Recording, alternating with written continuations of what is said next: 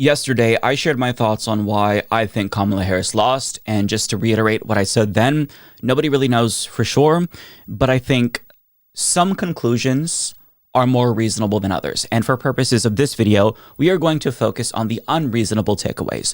And to call them unreasonable is actually a little bit too charitable. And you'll see what I mean by that, because we're talking about the most brain-dead drivel mainstream media has produced in years, and I genuinely don't think that that's hyperbolic. But let's start with Philip Reigns. This is an individual who worked for not one, but two losing Democratic Party campaigns, Clinton 2016 and Harris 2024. And what's funny is that he actually played Donald Trump in mock debates, and I think you're going to see why that's actually a perfect role for him. Because his advice to Democrats in the face of another loss is to try to peel off more Republicans by adopting more of their policies. In particular, get transphobic, and that's how you win elections. He said that on national television with a straight face. I don't like the fact that a small portion of our party is pretty much dictating where we are. That they are pretty much, we are being branded as the most extreme of us. It is not only politically problematic, as we just saw, because none of this stuff helped the other day. Without a doubt, it's a problem. But we need to take stock of why we are being held hostage to the far left. No one should be and wants to be kowtowing to the extremes of their own parties. That just shouldn't, to the extent that majority should rule, the majority of Democrats don't agree with the things that we are being tagged with. Now, how that works. Tick through a couple of those things. I think Democrats believe in common sense stuff more than you realize. I mean, it's not like any of us sit at home and don't talk to anyone. Most Democrats I know think there's a huge problem at the border. Most Democrats I know think, frankly, that males at birth shouldn't play in women's sports and vice versa. There's a reason why $40 million in ads on this topic were thrown at the vice president. But how we go forward from here, first, it comes from us. Yes, we have to listen to everybody, but people, again, the Republicans don't get to tell us, because they won, like you said, for the first time in 20 years, and only the second time in 36 years, the popular vote, what everybody wants. This is still a 50-50 country. For us to go forward and be representative of the Democratic Party, all whatever tens of millions, 500,000, half the country, whatever you want to, however you want to describe it, we have to reorient it towards, and the congressman made the point that he's, up until today, afraid to say it. And God knows what'll happen on my Twitter when I get home. But it starts with that kind of thing. So the first thing they need to do is throw trans people under the bus, one of the most loyal demographics to the Democratic Party in the country. I wish I had the power to reach through my computer screen and slap Philip across his dumbass fucking face. But since I can't do that, I'm just going to politely recommend that Philip harm himself in some way. In Minecraft, of course. Not only because he's tacitly admitting that he's transphobic there, but because he thinks offering up my fucking trans family as a sacrificial lamb is going to appease the fascists. I promise you, Philip, Democrats will never be cruel enough to win over fascists, ever. You should know this because you tried it twice and you lost. But if you abandon trans people, LGBTQ plus people will abandon you. And you will lose every single election going forward if you do this, assuming we're lucky enough to have more elections that are free and fair. You either get all LGBTQ plus people or you get none of us. And if you abandon trans people, I will do everything in my power to convince every queer person I know and use this platform to make sure every queer person never votes for this fucking party again if they take your advice. We don't vote for you because we love you. We vote for Democrats out of necessity for purposes of harm reduction. As a matter of fact, we fucking hate Democrats. I hate Democrats with every fiber of my being. So let this be a warning, Philip. Fuck around, find out. You already lost Gen Z men, but if you want to lose millennials, both cis and trans, both gay and straight, our whole generation fought for our rights. If you want to lose millennials too, go ahead, Philip. Throw my fucking trans family under a bus and see how that works out, you dumbass fucking piece of shit. But speaking of dumbass pieces of shit, turf piece of shit Bari Weiss echoed Philip's exact sentiment. It turns out that running on these extraordinarily niche issues like gender fluidity or defunding the police or any number of things that people in places where I live get extremely excited about don't actually matter or frankly feel profoundly out of touch to ordinary Americans. It is truly astonishing to me that some of the dumbest people in the country, perhaps the world, like Bari Weiss, have the biggest platforms to spout the most dense, irrelevant bullshit any of us have ever heard. They are creative in the stupidity that they concoct. Why do I even take the time to prepare and think about what I want to say before making these videos? Why do I do any research? Why bother? I could just get on camera, shit myself, and cry about kids identifying as cats or something, and get millions of views. Why do we even try? Like, it feels pointless. It feels pointless. Joe Biden increased funding for police. Fuck him for that, by the way. Kamala Harris didn't mention gender fluidity a single time. You are the one that is out of touch, Bari Weiss. You smug prick. You are the one that's in a bubble. I mean, think about what you're even saying. What does this mean to run on gender fluidity? What does that look like?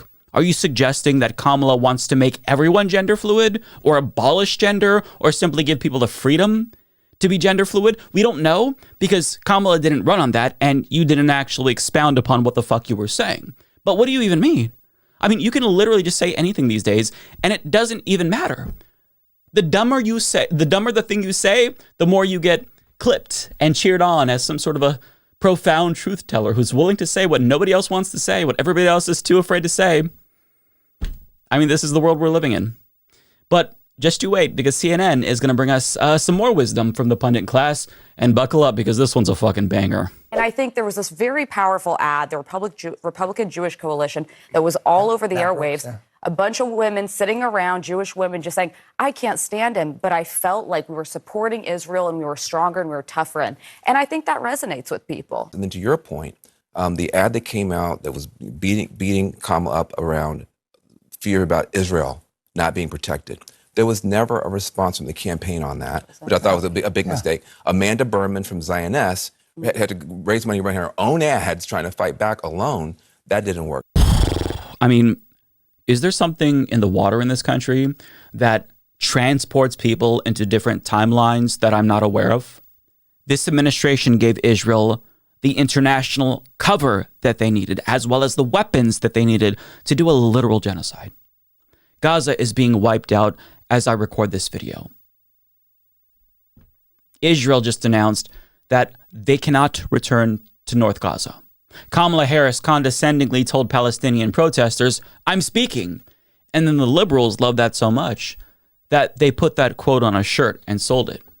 They deployed perverts like Bill Clinton and Richie Torres to Michigan to tell Arab Americans, one last time, to eat shit before the election was over. But you actually think they didn't do enough to support Israel. Wow. I mean, who needs Fox News when CNN does almost as much to contribute to the dumbfuckification of America? Why even bother with Fox News? CNN, you're doing a great job. Thank you, Van Jones. Appreciate it. But here's some more hard truths, courtesy of CNN. No, I'm going to speak some hard truths to my friends in the Democratic Party. This is not Joe Biden's fault. It's not Kamala Harris's fault. It's not Barack Obama's fault. It is the fault of the Democratic Party in not knowing how to communicate effectively to voters. We are not the party of common sense, which is what the message that voters sent to us. For a number of reasons. We don't know how to speak to voters. When we address Latino, and language has meaning. When we address Latino voters as Latinx, for instance, because that's the politically correct thing to do. It makes them think that we don't even live on the same planet as they do. When we are too afraid to say that, hey, college kids, if you're trashing a campus at Columbia University because you're unhappy about some sort of policy and you're taking over a university, and you're trashing it and preventing other students from learning, that is unacceptable. But we're so worried about alienating one or another cohort in our coalition that we don't know what to say when normal people look at that and say, wait a second, I send my kids to college so they can learn, not so that they can burn buildings and trash lawns, right? And so on and so forth. When we put pronouns after names and say she, her, as opposed to saying, you know what, if I call you by the wrong pronoun, call me out. I'm sorry. I won't do it again. But stop with the virtue signaling. In case it wasn't already painfully obvious by the thing that she was saying, but that woman is a Democratic Party strategist. These are some of the dumbest people in America who are paid millions and millions of dollars to give Democrats the worst advice imaginable. Okay, first and foremost, you're saying Democrats lost because college students were protesting a genocide. First of all, I'm not sure if you know this, Julie, but 2024 is not the first year that college students decided to protest something. Second of all, Democrats were on TV and on Twitter calling for police to come in and crack the skulls of those students. So if you're implying that their refusal to condemn those students is a problem, you're just factually incorrect because they did. They were pretty ruthless to those students, as was the media. But did Kamala Harris run on Latinx? Did she introduce herself to Americans every single time, sharing her pronouns? Of course she didn't do that. But let's suppose that she did. Let's suppose that she's as bad as you say, she's as woke as you say, and she did that. What does that tell you about Americans if they're like, you know what? The Democrat told me her pronouns, so I'm going to vote for Hitler too. What does that tell you about us? See, this is why Republicans engage in the so-called culture war nonstop, because you dipshits take the bait every fucking time. Every time you become incapacitated with fear at the thought of ever being called too woke. But guess what? They're playing you, dumbass. Republicans don't actually give a fuck about gender-neutral bathrooms or non-binary Mr. Potato Head. It's meant to rile up the dumbest people in the country to get them to vote against their own self-interest, but somehow it works on Democratic Party strategists too. Imagine that. Honestly, you know what? Hats off to the Republicans, because if I knew it was that easy to dupe Democrats into going along with right-wing cultural bullshit, I would have started it myself. Maybe we should all just start calling private health insurance companies woke so Democrats stop taking money from them, right? Let's call capitalism DEI or woke so that way they'll want to run away from it, right? I mean, I don't know. I feel like I'm going crazy. What are we supposed to do with this? These are the people who give advice to Democrats. But let's hear from Donnie Douche, who is going to spew some more dumb bullshit on MSNBC. A lot of young people are also fed up with very super progressive attitudes. I think the Democrats, Joe, going back to your initial question, and you may disagree with this, I think they need to move to the center. I think the what center. What does that mean, though? When you say they need to move to the center, what do they need? Are you saying that they should not support trans people? Like, let's just be specific, because that's what the ads are doing. So if the analysis and the immediate aftermath is they have to move to the center, I mean, what is the center? Because I disagree that is it, but I want to hear what is the center, because you're not the only person, to be clear, I've heard say that. Yeah. I've heard, the Democrats been in my phone this morning. The center are the people I described before. I'm not even talking about an issue. We can talk about issues. The people I described before who bounce back and forth, who play between the 45-yard lines, that tends to win elections. If you look historically where it is. So that's my feeling. And we can agree to disagree. All right. So we also have Well, I mean, if anybody's going to know what young people want, it's going to be a 70-year-old rich white guy on MSNBC. Notice how when she asked him what he meant, he was just like, brilliant analysis. Brilliant. I hope that they pay you well for your expertise, Donnie. I mean, the people that they bring onto these shows, it boggles my mind. It boggles my fucking mind. But let's hear from another brilliant pundit on MSNBC. the progressive era should be over if they want to start winning again. Wow, there's that. Peter Baker? Peter, final thoughts this morning. Wait, there was a progressive era?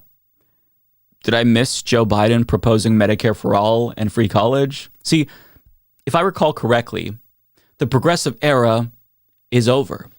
That was the New Deal era that was snuffed out by the likes of Jimmy Carter and Bill Clinton.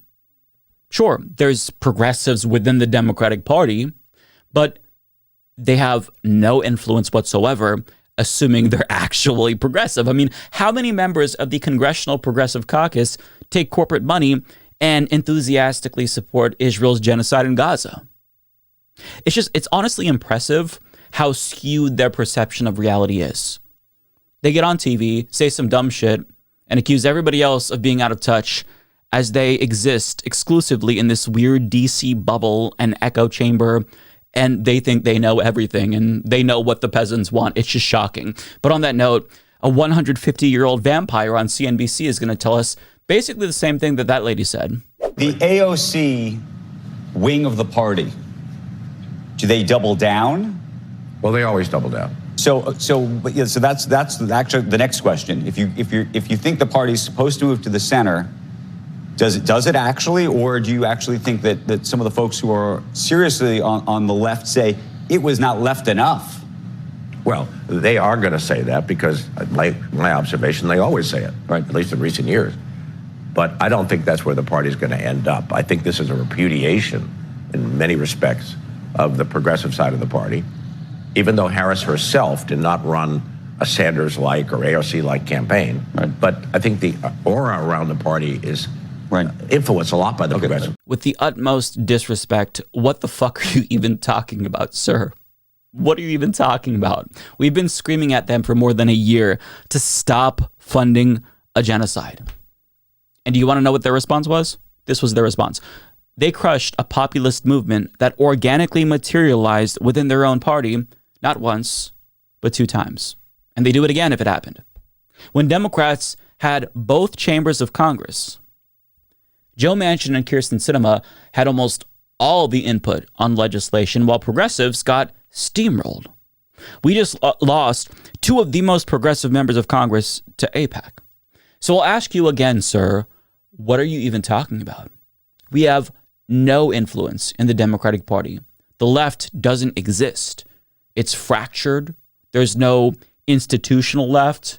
To the extent that it exists, it's at the state level, but has minimal input on the outcomes of elections. I mean, here's what I think is happening here. If I can psychoanalyze him for a moment, I think that he knows that progressives have no influence. But what bothers him is progressives having any influence in the Democratic Party. The mere fact that some Democrats even pretend we exist is probably what's offensive to him. He wants us completely out of the Democratic Party entirely. And some people on Twitter have said this, some liberals who were hoping that Kamala's victory would solidify the end of the progressive era, as if there was a progressive era, or at least help outcast leftists furthermore. But be careful what you wish for. Because, I mean, my entire life, this party has opted for neoliberalism and corporatism, and they follow Republicans to the right after every single election cycle. We have no influence. If we did, maybe the party wouldn't have gotten their cheeks clapped twice by an authoritarian fascist. But apparently, I'm in the wrong, and they're totally not gaslighting us. So let's hear it again. And those in our party who are way to the left, who are described as progressives and liberals, I think there's a wake-up call for them because they are a part of our party. But their voices cannot be the dominant ones any longer if indeed we want to win. Just to be clear, what we're seeing is effectively a right-wing psyop. He says our party as if he's a Democrat, but if you go to his Twitter timeline, you will see nothing but retweets of Fox News and Fox News pundits, not to mention evangelical hucksters like Joel Osteen. Listen, the fact that so many Republicans are confirming this liberal idea that the Democratic Party shifted too far to the left is all the more reason to believe that it's horseshit. I actually think that Republicans probably understand more than Democrats that a left-wing populist Democratic Party would be much more electorally viable in this anti-establishment era than the neoliberal corporatist Democratic Party that we have, which is why Republicans are constantly trying to reinforce this idea that you have to move further to the right if you're a Democrat, because they know that's a losing strategy. And Democrats hear that and they eat it up. They think that Republicans are offering them this advice in good faith because they're rubes. Now, the reason why Republicans know that this is a losing strategy for Democrats is because they know that Democrats will never be able to peel away portions of their base because Republicans always give their base what they want. So they're duping dumbass Democrats into abandoning their own base because it behooves them to have their opposition pursue a strategy that is a demonstrable failure again and again and again. But to be fair, some pundits understand that change is needed. And Cuck Todd is going to float the Democratic Party's next big superstar. So at least he's acknowledging that there's should be a change. But what's the change? Let's hear it. I think Fetterman could end up being an interesting sort of North Star for the party. Right. He's a guy who's figured out how to win. He was basically a working class Democrat that has stayed a Democrat. Well, essentially, all of his brethren where he grew up are clearly have moved towards Trump. So I think Fetterman could end up playing a pretty big role in whatever the party's wherever they're going to next. Because Fetterman seems to get it a little bit more than, look where he was in Israel too. So he's not been a predictable politician. I swear to God, I'm just going to go full Joker at this point. I'm just going to go full Joker. So Chuck Todd says that Fetterman seems to get it because he's a pervert who loves death and destruction, who is enthusiastically supporting the genocide in Gaza. Therefore, he's the North Star of the Democratic Party. I don't even know what to say to that. Okay. Listen, Fetterman is basically a younger version of Joe Biden, whose brain is arguably even more cooked. The man just can't talk. He can't complete a full sentence. And when he does, he says the most outrageously racist and genocidal shit imaginable, to where you are hoping that he can't complete any more sentences and can't collect his thoughts because what he's espousing is genuinely just insane. But I mean, in this day and age, I guess that makes him the most qualified. I guess the logic here is, well, Trump is a cruel, brain-dead dipshit, so maybe Democrats need their own cruel, brain-dead dipshit. Maybe that's the way that Chuck Todd is rationalizing it. I don't know. I mean, we're already kind of seeing this with regard to Joe Rogan, where you have liberals on Twitter saying, maybe we just need our own liberal version of Joe Rogan. You know what? Maybe we all just need to be lobotomized. Fuck it. Give me Elon Musk's Neuralink and just cook my brain at this point so I don't have to even know what the fuck is going on around me in this country because I'm already confused. Just fucking cook my brain. I can't take it. I'm losing my mind. Now, there's so much more dumb fuckery that I haven't showed you yet from the Pundit class, but I think you've seen enough now. I won't torture you any longer, but regardless of how bad these takes are, they'll likely be the dominant takeaway since these are the people with the biggest platforms. I could try to provide a counter narrative, but I'm effectively just farting in the wind. You can hear my reasonable take, but hundreds of thousands of more people will hear their brain dead takes. So I don't know what the point of any of this is, but I am going to leave you with a little bit of hopium, and then I'm going to take that hopium away from you because that's the way this show is going lately. So here's Casey Hunt of CNN with a, dare I say, pretty reasonable take. But because I spent a lot of time covering Bernie Sanders, and when you were to walk into those, I mean, he would pack these arenas with young people, but in places like Michigan, also a lot of union workers, a lot of these voters who basically they would tell me when I asked, well, who else are you thinking about? Like, you clearly love Bernie Sanders, but like, who else might you vote for? They're like, well, I like Trump, right? There clearly is something significant here. Maybe it is an opening that shows that there are Democrats out there that could appeal to these people. But it doesn't seem to be, I mean, Sanders' construction of like the establishment versus the non-establishment, it's an old one for him, but it makes some sense here. No, well, we see anti-establishment trends, and these have been literally going on for more than a decade, for a couple of decades. Well said. The problem is we had two shots at a Bernie Sanders type populist, and the Democratic Party snuffed out those movements both times. Furthermore, even if a new Bernie type figure emerged, the Democratic Party would do the same thing. And that's assuming we're even still going to have free and fair elections going forward, which is legitimately an open question. I don't know. So it's bleak. And all of this talk about what Democrats should or shouldn't do really feels pointless because they're going to do what they always do, regardless of what we say they should do. They're going to double down on a losing strategy.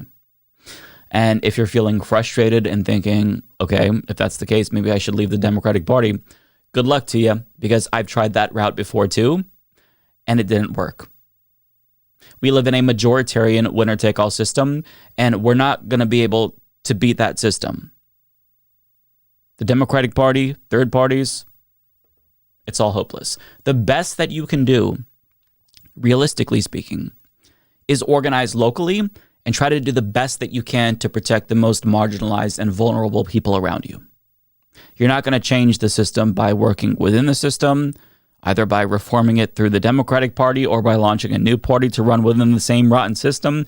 And you're not going to overpower the system by subverting it with some rebellion or something, because that shit will be crushed before you can cry uncle.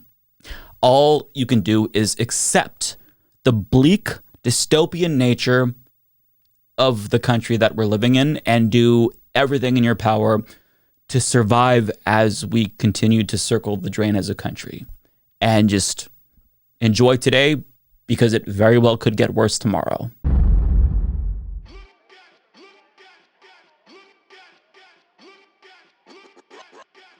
Ideas.